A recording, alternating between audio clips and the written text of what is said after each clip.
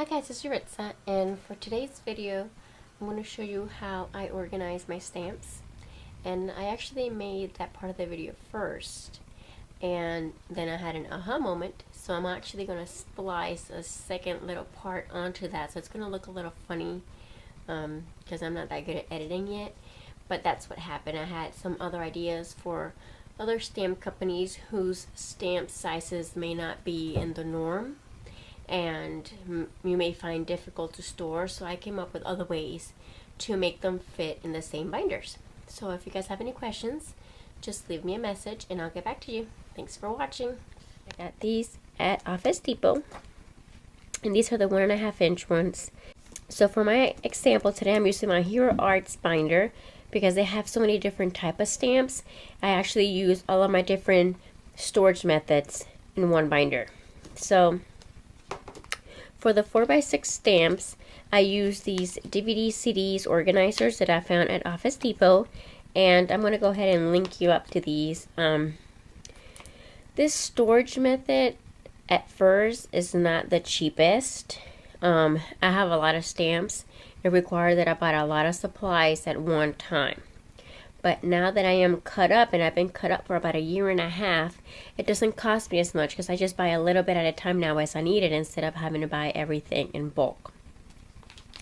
So this is how I store my 4x6 stamps. These are just some clear dividers. It has two, and it's divided right here in the center. And then it has a little flap right here. And then the stamp comes in and out. And then all I do is I take the name of the stamp off the package, cut it off, and then glue it on here with my ATG gun. So then I know what the name of this stamp set is. So that's how I store these. Now, for these little ones, these are the size of those Studio G stamps you can get at Michael's Dollar Spot. I use the baseball card sleeves, and I can fit 9 of these stamps in here. And then you can buy these at Walmart very inexpensively. So I use those. And then for the ones that are cling mounted and on wood blocks, I store them on the Easy Mount storage panels.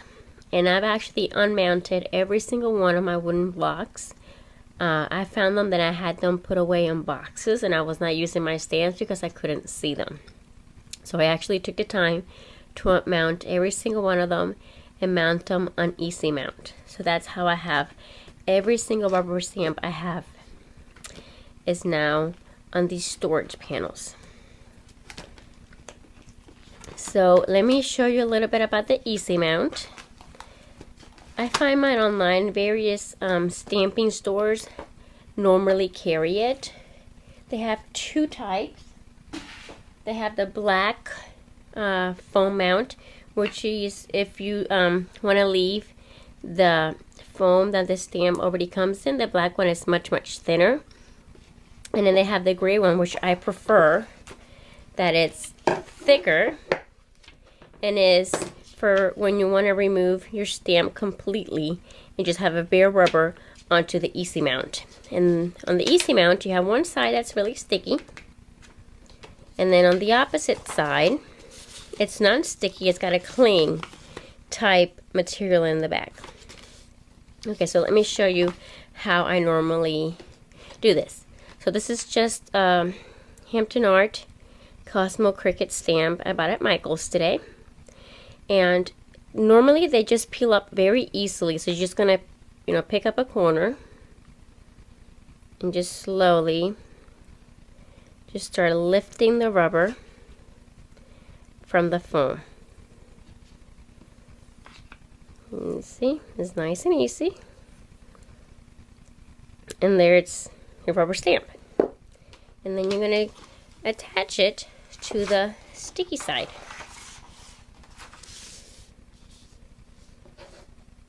Put it over here.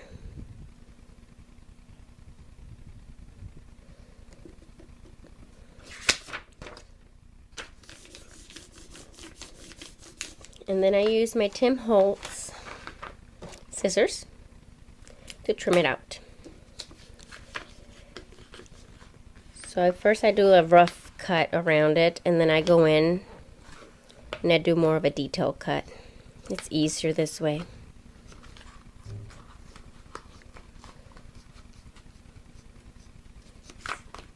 And then make sure you put this paper back on here so you don't get hair and, you know, other goodies on there. Alright, so now it's mounted.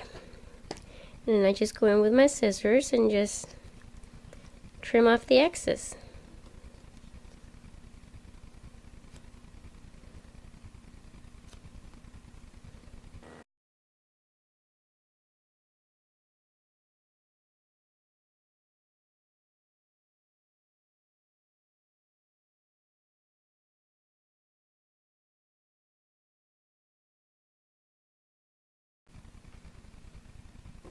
Alright, so as you can see, it's trimmed up, and when I get off camera I'll go and clean it up just a little bit more. But that's all you need to do, and now it's ready. You take your regular acrylic block, mount it on there, and you're ready to stamp. Alright, so let me show you what I do with the image on the block. I have a lot of stamps, I have a lot of dies. In order to be able to remember what I have, I made myself like a catalog of them. So I have 2 binders where I have catalog by alphabet, all the stamps and dies that I have. So, you know, starting off with American Crafts. And what I do is I peel the image off. Let me find my Hampton Art section.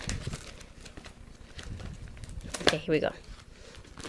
What I do is I peel the image off the block, and then I put it in my binder with the name and manufacturer and everything showing, so that I can link up or give credit to that particular stamp company. So I think this is the hardest part, just trying to get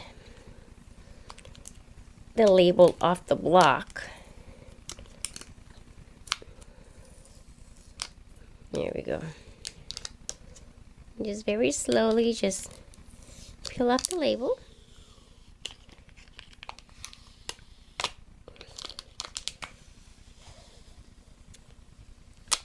Alright.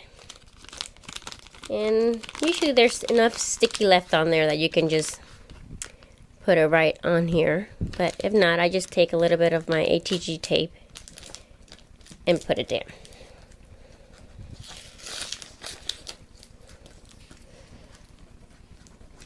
Okay, so see, now I have the image, the name and manufacturer, so when I flip through my book, I can see what I'm looking for.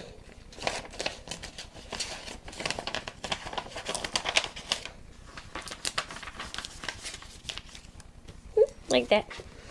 And for the dividers for my catalog, I like the ones that are a page protector and a tab in one, and the only ones I found that I like were the ones at Kroger's, actually, because the tab extends past the regular page protectors.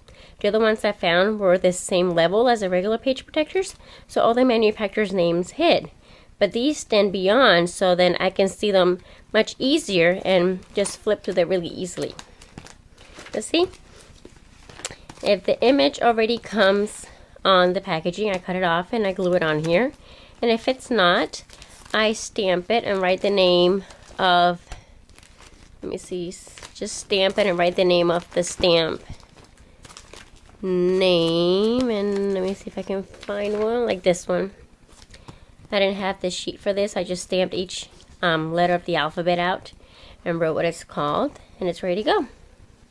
And for my punches and dies, if I have the packaging, I cut the packaging, and if I don't, like these, I just punch it out of scrap cardstock and write the name either with my label maker or a tab that I printed up.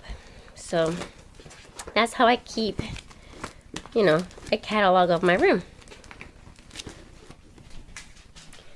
Hi guys, so here are my other ideas for some of the other stamps. They might be awkward in size and may not fit in the ideas that I showed you previously. if you receive Studio Calico kits, a lot of the kits come with different sizes of stamps and a lot of different materials. So I've came up with a way to be able to put them in the same binder with the rest of the stamps and keep everything together and organized. So for the little ones, you know, they fit really easily in the baseball card sleeves. And then you have the cling mountain ones, you know, and they cling right on your easy mount cling panels, no problem.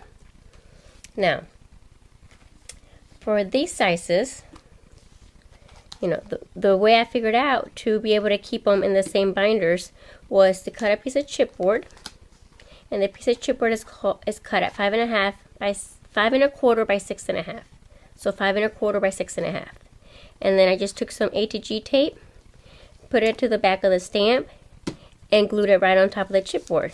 So now they'll be able to fit in here without falling out because they're so small and they're loose. See?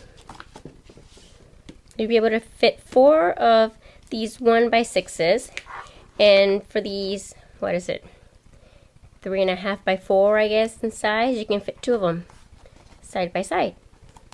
And then that way you can still put them in these sleeves, keep them together with the other stamps, keep them in the packaging. I don't mind throwing away the bag they come in, but I do like to keep my clear stamps in the acetate sheets, so that way I can keep them on the acetate sheets and put them in my binder. Now for other stamp companies, like My Favorite Things, they have these stamps that are narrow and long. So in order to be able to store them with their other stamps, what I did was I took just a regular page protector, 8.5 by 11 page protector.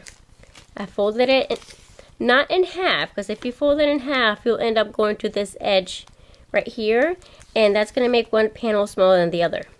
You need to fold it to just a little bit below, right here where it's like glued shut, just a little bit below that. So fold it to that, just a little bit below that, and then I just took, you know, my bone folder, it gave it a really good crease. And then I put it in my sewing machine and just sewed right down the center. And then I had to trim just a tiny little sliver of either side of the stamp, and now they just slide in and out easily, and I can keep them together with the other stamps. For the autumn leaf stamps, those are what, 6 by 8 or something like that. In essence, I did the same thing. What I did was I put the stamp right in the middle of the page protector, and then I folded it in on itself. Took my bone folder, gave it a crease, took the stamp out, gave it another really good crease with my bone folder, ran it through my sewing machine, and now the stamp can be put in the binder and not have it, you know, flop out because it's loose in here. So now it's tight and secure. I tried back stitching on these page protectors to, you know, close the thread up, but it ripped. You know, this is too flimsy. So how you be able to secure your thread without back stitching, and I left one here for example, is to just, you're gonna have one thread on one side, one thread on the top, one thread on the bottom. You're gonna pick a side, doesn't matter what side, and you're gonna tug on that thread, just tug on it. And what's gonna happen is there's gonna be a little loop that forms here at the bottom.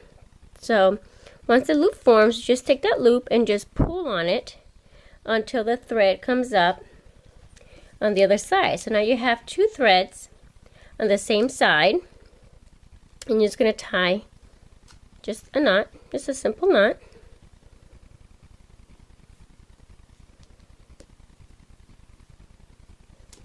And then just trim the excess off. Now you have your stitch secured. So that's what I came up with. So if you guys have any questions, let me know. Thanks for watching.